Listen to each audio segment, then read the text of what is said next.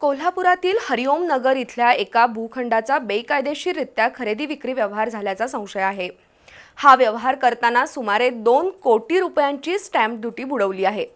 दस्त नोंदणी अधिकारी आणि संबंधित बिल्डरनं संगनमतानं शासकीय महसूल बुडवलाय।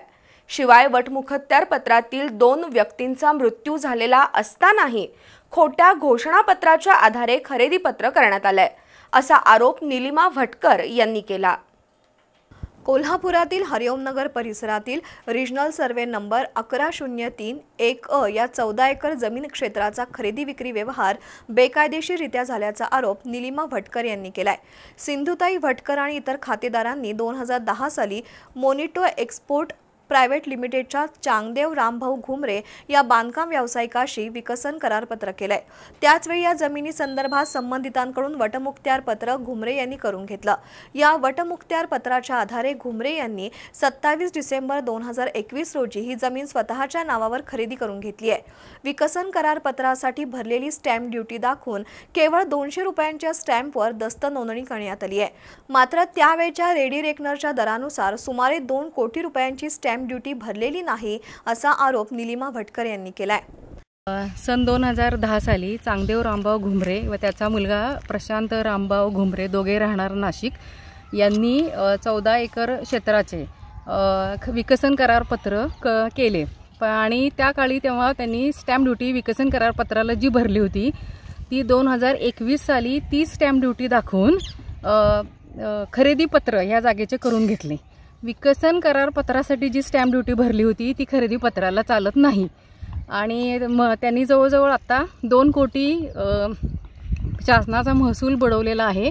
2 कोटीऐवजी 200 रुपये मुद्रांक शुल्क भरून खरेदी पत्र स्वतःच्या नावाने करून घेतलेला आहे। हा फार मोठा घोटाळा या दोघांनी मिळून केलेला आहे। जमीन खरेदी घेणार म्हणून चांगदेव घुमरे यांनी सही केली। शिवाय वटमुक्त्याराच्या आधारे खरेदी देणाऱ्यांसाठी सुद्धा घुमरे यांची सही आहे। म्हणजेच जमीन देणार आणि जमीन खरेदी घेणार अशा दोन्ही भूमिका चांगदेव घुमरे यांच्या नावे आहेत।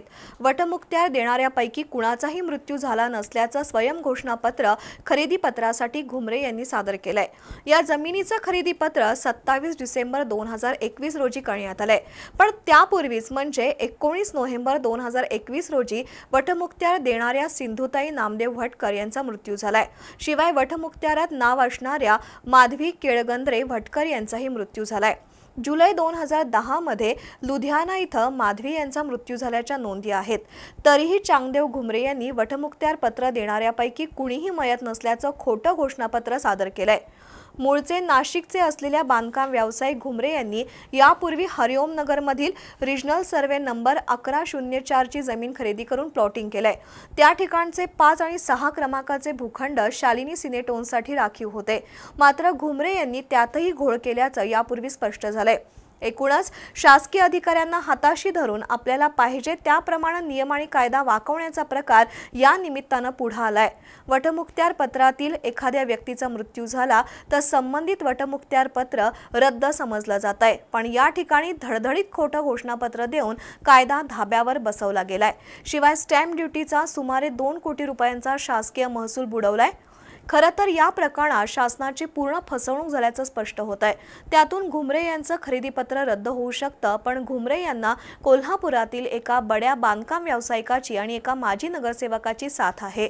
हे दोघे जण घुमरे यांचे व्यावसायिक पार्टनर असल्याचं समजतंय। त्यामुळेच या भूखंड माफियांच्या दबंगगिरीपुढे सरकारी यंत्रणेनं लोटांगण घातल्याचा प्रकार म्हणावा लागेल। बी न्यूजसाठी कॅमेरामन प्रशांत आयरेकरसह बाळासाहेब कोळेकर।